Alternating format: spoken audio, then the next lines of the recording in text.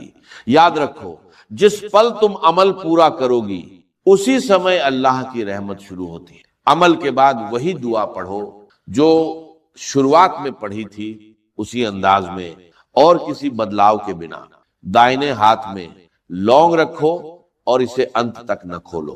سماپتی پر ہلکی سانسوں کے ساتھ نیت کا اثر چھوڑو، پھر ہاتھ دھیرے سے کھولو اور لونگ کو ایک پلیٹ یا پاس کی جگہ پر رکھ دو۔ اس کے بعد چھوٹی سا صاف کپڑا تیار کرو، آدھا ہاتھ یا اس سے بھی چھوٹا، کوئی وشیش رنگ کی ضرورت نہیں، بس صاف اور پوتر ہونا چاہیے۔ پوری پرکریا میں شانتی بنائے رکھو، جلد بازی نہ کرو۔ جتنا شانت اور ستھر دل ہوگا اثر اتنا ہی گہرا ہوگا۔ کام کو اللہ پر چھوڑ دو اور دھیریہ سے دیکھو کیسے حالات بدلتے ہیں اور کیسے دروازے کھلتے ہیں جب اللہ سمے طے کرتا ہے۔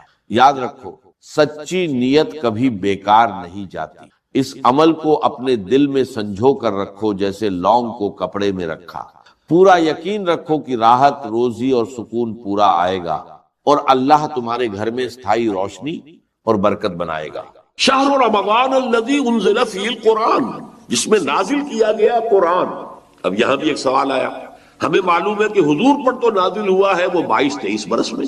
ہمارا چونکہ عام سوچنے کا انداز جو ہے وہ عیسوی سال سے ہے، تو نوٹ کر لیجئے کہ سن 610 عیسوی میں قرآن مجید کی وحی کا آغاز ہوا اور 632 میں حضور کا انتقال ہو گیا۔ 22 برس ہے۔ 22 سالوں میں تھوڑا تھوڑا کر کے قرآن مجید کی نزول کی تکمیل ہوئی ہے محمد رسول اللہ کا۔ تو یہ رمضان میں کیسے نازل کیا گیا؟ اور دوسری طرف ہم دیکھتے ہیں کہ لیلۃ القدر یا لیلۃ المبارکہ جو قرآن مجید میں 2 جگہ آیا ہے، انا انزلناہ فی لیلۃ القدر وما ادراک ما لیلۃ القدر، لیلۃ القدر خیر من الف شہر، وہ ایک رات میں اترنے کا ذکر ہے، اور اس میں تطبیق موجود ہے کہ وہ لیلۃ القدر رمضان مبارک ہی کی ایک رات ہے۔ اس اعتبار سے یہ جو رمضان میں یا رمضان کی ایک مبارک شب میں قرآن کا نازل کیا جانا، اس کا مفہوم کیا ہے؟ 2 آراء اس میں ہیں۔ ایک تو یہ کہ آغاز نزول جو ہوا محمد رسول اللہ صلی اللہ علیہ وسلم پر وہ لیلۃ القدر میں ہوا اور وہ ماہ رمضان مبارک میں ہے، گویا کہ اس کو تعبیر کیا گیا کہ ہم نے اس کو نازل کیا لیلۃ القدر میں، یا رمضان کا مہینہ وہ ہے جس میں قرآن نازل کیا۔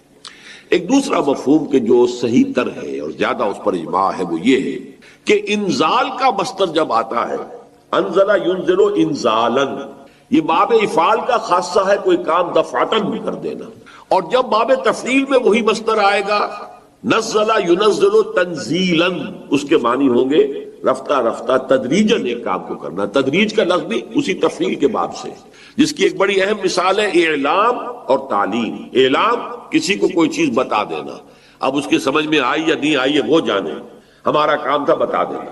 ایک ہے تعلیم، بڑے اہتمام کے ساتھ محنت کر کے کوئی چیز سمجھانی ہے، پھر یہ بھی دیکھنا ہے یہ بات سمجھ میں آ گئی تو اگلی بات سمجھاؤں، اس کے اندر درجہ بدرجہ جو ہے اس کو علم دیا جا رہا ہے، یہ تعلیم ہے۔ تو قرآن مجید میں نزول کے لیے یہ دونوں صیغے آئے، رمضان مبارک اور لیلۃ القدر یا لیلہ مبارکہ، اس میں آتا ہے باب افعال، شہر رمضان الذی انزل فیہ القرآن انا انزلناہ فی لیلۃ القدر انا انزلناہ فی لیلۃ مبارکۃ۔ لہذا یہ ہے پورے قرآن مجید کا لوح محفوظ سے، یا جس کو کتاب مکنون کہا ہے سورہ واقعہ میں، یا جسے انہ فی ام الکتاب لدینا لعلی حکیم کہا گیا، ام الکتاب، وہاں سے پورا قرآن نازل کر دیا گیا سمائے دنیا تک۔ یہ لیلۃ القدر میں ہو گیا. یہ وہی سماع دنیا ہے جس کے بارے میں وہ حدیث بھی آتی ہے کہ اللہ تعالیٰ ہر رات کو اس کے آخری جو ساعتیں ہیں اس میں نزول فرماتا ہے سماع دنیا تک، اور پھر ایک پکارنے والا پکارتا ہے حل من سائل فاعطیہ، وہ ہے کوئی مانگنے والا کہ میں اسے دوں، عطا کروں. حل من مستغفر فاغفر لہ، ہے کوئی استغفار کرنے والا، معافی چاہنے والا، مغفرت چاہنے والا کہ میں اسے بخش دوں. اسی سماع دنیا تک قرآن مجید پورا کا پورا گویا کہ نازل کر دیا گیا جملۃ واحدہ. یہ سماع دنیا تک لیلت مبارکہ میں یا لیلت القدر میں جو ماہ رمضان مبارک کی ایک شب ہے. البتہ وہاں سے حضرت جبرائیل علیہ الصلوۃ والسلام تھوڑا تھوڑا کر کے اس کو نازل فرماتے رہے حضور پر، اور یہ ترتیب نزولی ہے حضور کی دعوت و تحریک کے تقاضوں کے مطابق. جبکہ جو اصل ہے لوح محفوظ میں اور کتاب مکنون میں اور ام الکتاب میں، وہ ترتیب وہ ہے جس کے ساتھ کہ پھر حضور نے اس کو مرتب کر دیا اللہ تعالیٰ کے حکم سے، ان علینا جمعہ وقرآنہ فاذا قرأناہ فاتبع قرآنہ. انزل فیہ القرآن، اور قرآن کیا ہے؟ ہدی للناس وبینات من الہدی والفرقان، یہ بن کر آیا ہے لوگوں کے لیے ہدایت. اب یہاں نوٹ کیجئے ذرا، ایک تقابل آئے گا. اسی سورہ بقرہ کے شروع میں فرمایا گیا ہے قرآن کے بارے میں الف لام میم ذالک الکتاب لا ریب فیہ ہدی للمتقین، یہ ہدایت ہے متقیوں کے لیے. یہاں فرمایا ہدی للناس، تمام انسانوں کے لیے. تو اس میں مطابقت کیا ہے، تطبیق کیسے ہوگی؟ وہ یہ ہے کہ قرآن مجید اپنی جگہ پر فی نفسہ ہی علی مقام ہی تمام انسانوں کے لیے ابد الآباد تک کے لیے یہ ہدایت ہے، رہنمائی ہے. عوام کے لیے بھی، خواص کے لیے، عام لوگ ان پڑھ جاہل ان کے لیے بھی، اور بڑے سے بڑے حکیم اور فلسفی اور دانا اور سائنسدان کے لیے بھی. اپنے دور میں جب کہ قرآن نازل ہوا اس وقت کے عوام و خواص کے لیے بھی. اس وقت بھی دنیا میں بڑے بڑے فلسفی تھے. ایران میں، ایرانی قوم کی تو گھٹی میں فلسفہ اور منطق پڑی ہوئی تھی، لیکن ان کے لیے بھی ہدایت نامہ قرآن ہی تھا. عام بدوؤں کے لیے بھی ہدایت نامہ قرآن تھا. پھر یہ کہ آج اس صدی کے اندر علامہ اقبال جیسی شخصیت، انہیں بھی تو آخر کار جو تسکین حاصل ہوئی ہے، ان کے علم کی جو پیاس بجھی ہے، وہ تو قرآن سے بجھی. انہوں نے اپنے فلسفے کے لیے بھی سورس جو ہے فلسفہ خودی کے لیے سورہ حشر کی ایک آیت کو معین کیا ہے. تو اس حوالے سے یہ ہے تو اپنی جگہ ہدی للناس. البتہ اس سے استفادے کی شرط لازم تقویٰ ہے. ظاہر بات ہے کہ بھینس کے آگے بین بجائیں تو بھینس کو تو کوئی فائدہ نہیں. ابو جہل کو قرآن سے کوئی فائدہ نہیں ہو سکا، ابو لہب کو کوئی فائدہ نہیں ہو سکا. لیکن جس کے دل میں طلب ہوگی، جو چاہے گا کہ ہاں وہ جاننا چاہتا ہوں کہ حقائق کیا ہیں، میں جاننا چاہتا ہوں سیدھا راستہ کون سا ہے، جس کے اندر یہ پیاس ہے، وہ اس کے لیے جو ہے قرآن مجید اس کے لیے ہدایت نامہ ہے. وہ متقین جو ہے ان کے لیے ہے. اور اس میں دیکھیے اب ایک ربط جڑ گیا. روزے کی عبادت کی غرض معین ہوئی تھی لعلکم تتقون، اور تقوی شرط ہے قرآن سے استفادے کے لیے.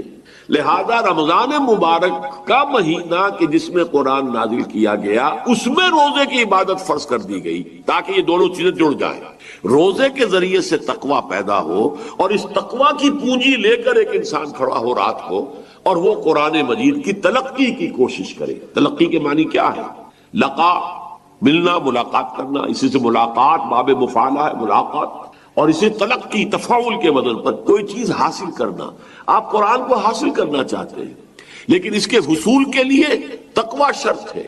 دن میں روزہ رکھیے، جو بھی کوئی رمق آپ کو تقوی کی میسر آئی، جو بھی کوئی آپ کو تھوڑا بہت جو ہے تقوی حاصل ہوا، اب اسے لے کر رات کو کھڑے ہو جائیے تاکہ وہ قرآن کی تلقی کر سکے، قرآن آپ پر نازل ہو سکے. بقول اقبال کہ تیرے ضمیر پہ جب تک نہ ہو نزول کتاب، گرہ کشا ہے نہ راہ. تمہید کے بعد اب میں شروع کروں گا استقبال رمضان کے ضمن میں روزے کی حکمتیں کیا ہیں، اس کے احکام کیا ہیں.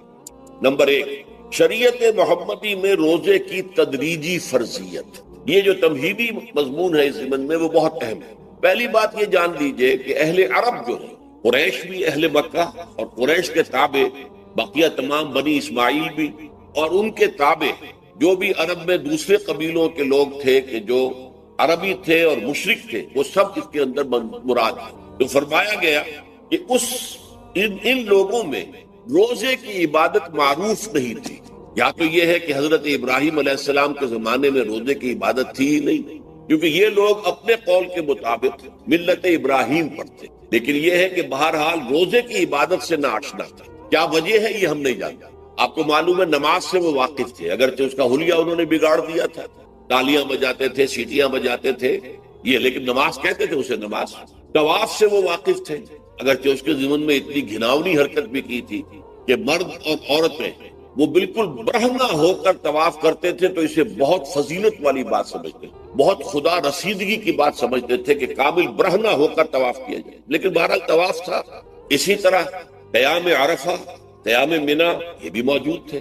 تو حج کے بھی بہت سے ارکان جو ہیں وہ ان کے ہاں معروف تھے، اور ویسے خیرات و صدقات، چاہے زکوٰۃ ایک خاص نظام کے تحت نہیں تھی، لیکن زکوٰۃ و صدقات، بھوکوں کو کھانا کھلانا، یہ ان کے ہاں اعلیٰ اقدار میں یہ چیزیں شامل تھیں، اخلاقیات کے اونچے مقامات۔ اس صوم کا ان کے ہاں قطعاً کوئی ذکر نہیں تھا، روزے کی عبادت جو ہے ان کے ہاں بالکل نہیں تھی۔ البتہ صوم کا لفظ موجود، یہ لفظ وہ استعمال کرتے تھے اپنے گھوڑوں کے لیے، روزہ رکھواتے تھے گھوڑوں کو۔ اس کا پس منظر یہ ہے کہ ان کے ہاں آپ کو معلوم ہے کہ لڑائی، دنگا فساد، جنگ، اور یہ کہ غارت گری کرنا، لوٹ مار کرنا، یہ تمام ان عرب قبائل کا پیشہ تھا، اصل پیشہ یہی تھا۔ اس میں ان کے پاس دو جانور تھے، ایک تو اونٹ۔ اونٹ جو ہے وہ ان کی جو باب و ہوا ہے اور ان کے جو حالات ہیں اس کے ساتھ پوری مطابقت رکھتا، یعنی اسے کئی دن کھانے کو نہ ملے اسے پرواہ نہیں، ہفتہ بھر پانی نہ ملے اسے کوئی پرواہ نہیں۔ اس اعتبار سے دھوپ کی کتنی ہی جو ہے تپش ہو، اونٹ کو کچھ نہیں کہیں گے، لیکن یہ کہ وہ سست رفتار جانور، لڑائی کے لیے، جنگ کے لیے، خاص طور پر غارت گری جہاں کرنی ہو، جہاں جا کر گویا کہ ڈاکہ مارنا، پھر دوڑنا ہے، بھاگنا ہے، واپس جانا ہے، تو انہیں گھوڑے کی ضرورت ہوتی تھی جو سریع الرفتار ہے۔ لیکن گھوڑے میں یہ اوصاف نہیں تھے، وہ بھوک کو برداشت نہیں کر سکتا، مزمحل ہو جائے گا، وہ پیاس کو برداشت نہیں کر سکتا، مزمحل ہو جائے گا، وہ دھوپ کو برداشت نہیں کر سکتا، مزمحل ہو جائے گا، اور اگر یہ گھوڑا مزمحل ہو جائے تو سوار کا کیا حشر ہوگا، وہ آپ اس سے اندازہ کر لیجئے کہ اصل میں تو پھر ہلاکت سوار کی ہوگی۔ اس لیے وہ اسے تیار کرتے تھے جنگ کی صعوبتوں کو برداشت کرنے کے لیے۔ اس کا دانہ پانی بند کر دیا، اور اس کا منہ جو ہے وہ عرب بدو جو ہوتا تھا خود تو اپنا چہرہ اور سر لپیٹ لیتا تھا کپڑے کے اندر، جب وہ چلتی تھی ان کے ہاں باد سموم، تیز آگ جیسی ہوا جو ہے جس کے اندر ریت کے ذرات بھی ایسے ہوتے تھے گویا کہ کسی بھاڑ کی جو ہے اس کے اندر کی ریت جو ہے وہ چلی آ رہی ہے، تو گھوڑے کا رخ ادھر کر کے کھڑے کر دیتے تھے، خود اپنے منہ پر ڈاٹا باٹا باندھا ہوا اپنی حفاظت کے لیے، تاکہ اس کے اندر دھوپ کی سختی برداشت کرنے کی عادت بنے، پیاس کی برداشت کرنے کی عادت بنے، بھوک کو برداشت کرنے کی۔ اس کو کہتے تھے صوم۔ صوم کے لفظی معنی رک جانا، اب یہ کھانے پینے سے رکا ہوا ہے، اور یہ دھوپ کی سختیاں برداشت کرنے کے لیے دھوپ کے اندر، اور وہ جو آتی تھی وہاں پہ باد سموم، اس کے اندر بھی اس کا سامنا کرنے کے لیے تیار۔ تو یہ پس منظر ہے روزے کا لغوی اعتبار سے، اور یہ کہ اہل عرب جو ہے پرانے وہ اس عبادت سے ناواقف تھے، لہٰذا ہمیں پورے مکی قرآن میں اس کا کہیں ذکر نہیں ملتا۔ البتہ مدینے میں جب حضور تشریف لائے اور صحابہ کرام ہجرت کے بعد، تو یہاں آپ نے دیکھا کہ یہودی جو ہے وہ روزہ رکھتے ہیں یوم عاشورہ کا، 10 محرم کا۔ تو حضور نے دریافت کیا کہ یہ تم 10 محرم کو روزہ کیوں رکھتے ہو؟ تو انہوں نے کہا کہ یہ دن ہماری نجات کا دن ہے۔ 10 محرم کو اللہ تعالیٰ نے فرعون کو غرق کیا تھا اور ہمیں نجات دی تھی اس کے ظلم و ستم سے، تو شکرانے کے طور پر ہم روزہ رکھتے ہیں۔ تو حضور نے فرمایا کہ موسیٰ کے تو پھر ہم تم سے زیادہ حقدار ہیں، موسیٰ کو مانتے ہیں علیہ الصلوۃ والسلام، ان کی عزت کرتے ہیں، قدر کرتے ہیں، تو ہم بھی روزہ رکھیں گے۔ تو آپ نے صحابہ کو حکم دیا کہ عاشورہ کا روزہ رکھا۔ پھر کچھ عرصے کے بعد اللہ تعالیٰ کی طرف سے حکم آ گیا، اور یہ حکم جو ہے اس رکوع کی پہلی آیت کے اندر، یا ایھا الذین آمنوا کتب علیکم الصیام کما کتب علی الذین من قبلکم لعلکم تتقون۔ لیکن جیسا کہ میں بعد میں بتاؤں گا، یہ حکم صوم رمضان کا نہیں ہے، بلکہ یہ کہ اللہ کے حکم سے پہلے 3 دن کے روزے فرض کیے گئے، ہر مہینے کی 13ویں، 14ویں اور 15ویں تاریخ کو روزہ رکھا۔ اس میں بڑی حکمت تھی، چونکہ یہ عرب عادی نہیں تھے روزے کے، انہیں تدریجاً خو کر کرنا تھا۔ ظاہر بات ہے کہ 30 دن جو ہے وہ تو ایک بڑی مدت ہے، ظاہر بات ہے کہ مئی کا مہینہ بھی آ جائے گا، اس میں جون بھی آئے گا، جولائی بھی آئے گا، قیامت خیز مہینے آ جائیں گے، تو بڑی ہمت جواب دے جائے گی۔ تو پہلے روزہ ہر مہینے 3 روزے رکھنے کی ان کو مشق کرائی جائے تاکہ یہ عادی ہو۔ یہ 3 روزے اگر مئی میں بھی آ گئے، جون میں بھی آ گئے، تب بھی ٹھیک ہے، اس کو انسان 3 دن کی تو مشقت برداشت کر سکتا، تو پہلے یہ کیا گیا۔ لیکن اس کے ضمن میں یہ حکم دے دیا گیا، اس کو کہتے ہیں وجوب علی التخییر، یہ اختیار دے دیا گیا کہ یہ 3 روزے تم پر واجب کیے جا رہے ہیں، لیکن یہ کہ اگر تم یہ روزے نہ رکھو تو تم فدیہ دے سکتے ہو، 1 مسکین کو کھانا کھلانا صبح و شام۔ یہ ہے وجوب التخیر۔ دوسری رعایت یہ دی گئی کہ اگر کوئی شخص ان 3 تاریخوں میں بیمار ہو یا سفر پر ہو تو وہ تعداد دوسرے دنوں میں پوری کرے۔ یہ ہے گویا کہ سب سے پہلا حکم جو دیا گیا ہے، اور اس کے ضمن میں اب میں چاہتا ہوں کہ آیت نمبر 2 آپ اچھی طرح پڑھ لیں، اپنا سامنے رکھیے اور اس کے حوالے سے یہ بات سمجھ لیں۔ ایام معدودات، یہ دن ہیں چند گنتی کے۔ مجھے حیرت ہوتی ہے کہ جدید جو مفسرین ہیں جنہوں نے اردو میں ترجمے کیے ہیں، تفسیریں کی ہیں، ان سب کی نگاہوں سے یہ بات اوجھل رہی کہ یہ در حقیقت رمضان کے روزے کا ذکر نہیں ہے، بلکہ اس ابتدائی حکم سے متعلق ہے کہ جو ہر مہینے میں 3 دن کے روزے رکھنے کا حضور نے دیا تھا۔ لیکن یہ کہ میرا اپنا ذاتی واقعہ یہ ہے زندگی کا، اور یہ اہم واقعات میں سے ہے، میں جب میڈیکل کالج میں پڑھتا تھا، سمجھیے 19-20 سال کی میری عمر، اس وقت بھی مجھے یہ احساس ہوا تھا کہ یہ جو 2 آیات آئی ہیں یہاں ایک دوسرے کے تقابل میں، یہ بیک وقت نازل نہیں ہو سکتی، ان میں وقفہ ہوا، اور یقیناً پہلا حکم کسی اور پس منظر میں ہے، دوسرا حکم جو بعد میں ہم دیکھیں گے وہ کسی اور پس منظر میں۔ تو میری رائے یہ تھی، اور میں اس پر قائم بھی تھا، بیان بھی کرتا تھا، لیکن ڈرتا تھا، اس لیے کہ اس وقت تک جتنی تفسیریں میں نے دیکھی تھی، ترجمے دیکھے تھے، ان میں سے کسی نے یہ بات کہی نہیں تھی۔ تو ایک آدمی اپنی رائے کے اوپر اتنی بڑی بات کہہ دے تو میں ڈرتا رہتا تھا، لیکن کہتا تھا کہ میری رائے یہی ہے۔ پھر اتفاق سے جماعت اسلامی ہند کا ترجمان ہوتا تھا ماہنامہ زندگی، عروج احمد قادری صاحب اس کے مدیر تھے۔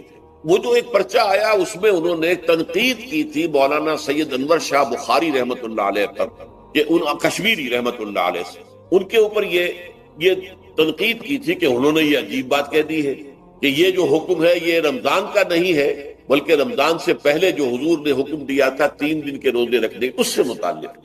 اب مجھے اس کے اوپر پورا اطمینان ہو گیا کہ اگر سید محمد انور شاہ کاشمیری رحمت اللہ علیہ کی رائے یہ ہے تو متفق گردید رائے ابو علی بارائے من، مجھے اب اس سے زیادہ اور کسی سند کی ضرورت نہیں ہے۔ بعد میں نے جب تفسیر کبیر امام رازی رحمت اللہ علیہ کی اس کا بھی مطالعہ شروع کیا تو میں حیران ہوا کہ سلف میں تو یہ رائے کثرت سے موجود تھی۔ کیا سبب ہوا ہے کہ آج کے دور کے جو مترجمین اور مصنفین ہیں ان کی نگاہوں سے بالکل یہ بات اوجھل ہو گئی؟ اس معاملے کو میں حل آج تک نہیں کر سکتا، لیکن اب میں پورے تیقن سے آپ سے کہہ رہا ہوں کہ یہ جو پہلی 2 آیتیں ہیں ان کا تعلق صوم رمضان سے نہیں ہے، بلکہ ان کا تعلق ہے وہ 3 دن کے۔ اس کی سب سے بڑی دلیل اس کے اندر موجود ہے ایام معدودات، گنتی کے چند دن۔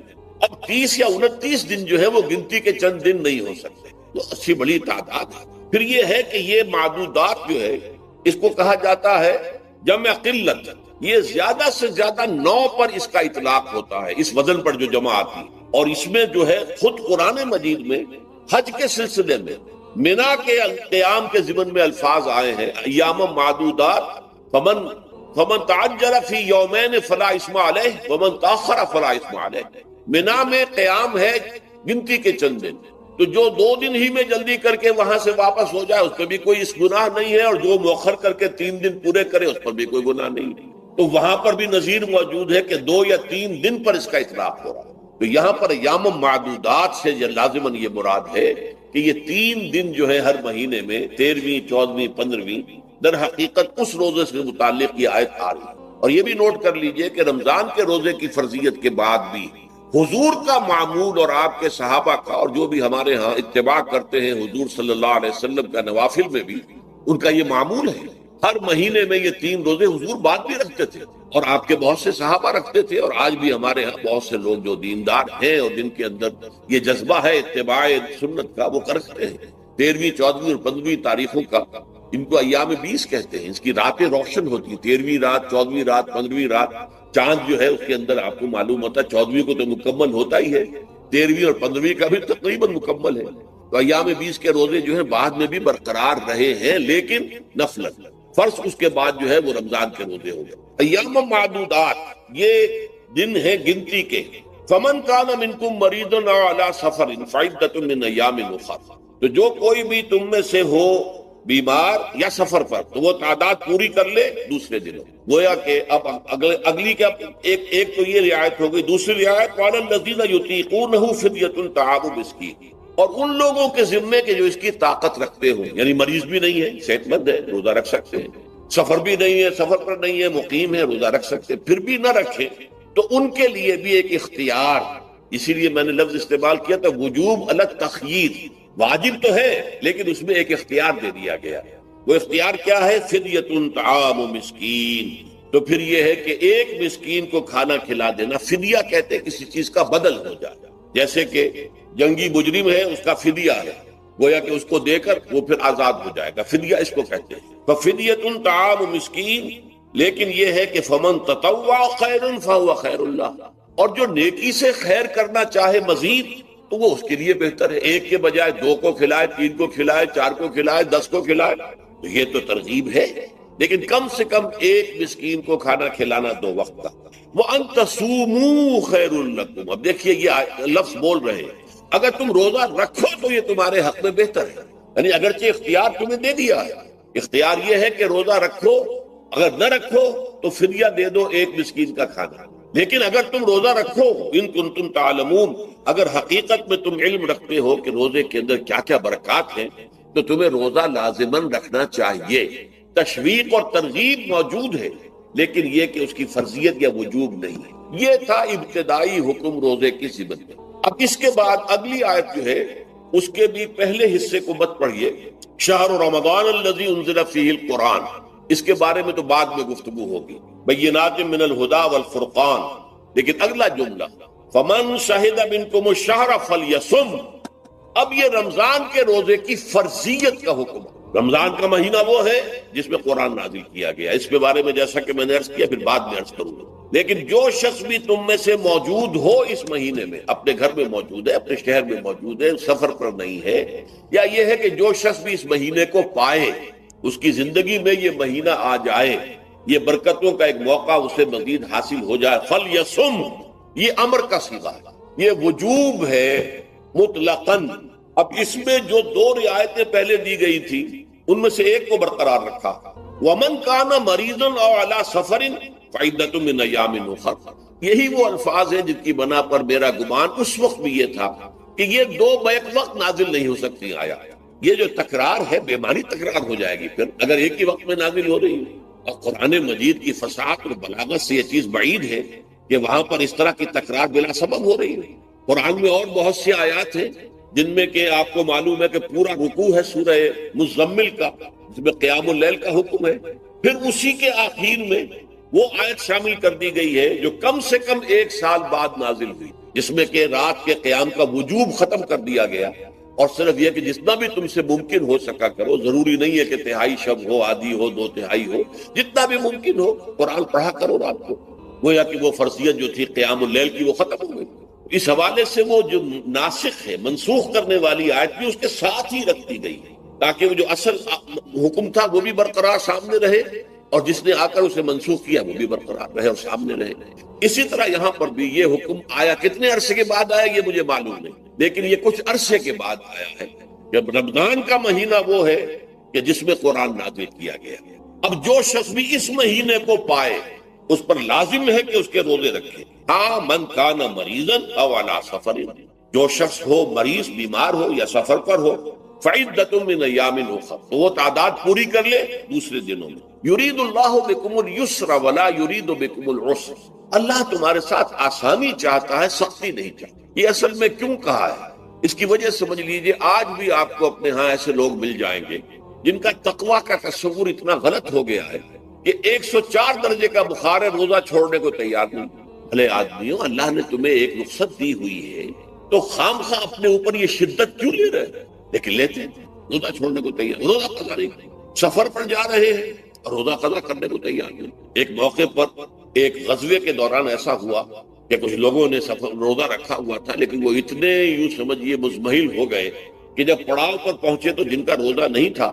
انہوں نے تو بڑی چاق و چوبند طریقے سے خیمے نصب کیے، سارا بندوبست کیا، اور یہ جا کر بے سدھ ہو کر بے ہوش ہو کر گر پڑے۔ تو حضور نے فرمایا ان کو دیکھ کر، لیس من البر الصیام فی السفر، سفر میں روزہ رکھنا یہ کوئی نیکی کا کام نہیں ہے، یہ نیکی کا غلط تصور ہے کہ جو تم نے اپنے اختیار کر دیا، یہ تمہارے اندر تشدد پسندی پیدا ہو رہی ہے۔ دین کے احکام میں جو مقصد ہے وہ کیا ہے؟ یرید اللہ بکم اليسر ولا یرید بکم، اسی پر عمل کرتے ہوئے حضور نے فرمایا کہ جو بھی علماء دین ہیں یا جو رہنمایان دین ہیں ان کا کام کیا ہے؟ آپ نے فرمایا یسروا ولا تعسروا، دیکھو آسانیاں پیدا کرو، سختیاں پیدا نہ کرو۔ دین میں سختیاں پیدا کرنا بھی وہ اسر اور اغلال بن جاتا ہے کہ جس کو رفع کرنے کے لیے اور جس سے لوگوں کو، یہودیوں کو اور تمام اہل کتاب کو نجات دینے کے لیے اللہ تعالیٰ نے اپنے رسول محمد صلی اللہ علیہ وسلم کو بھیجا۔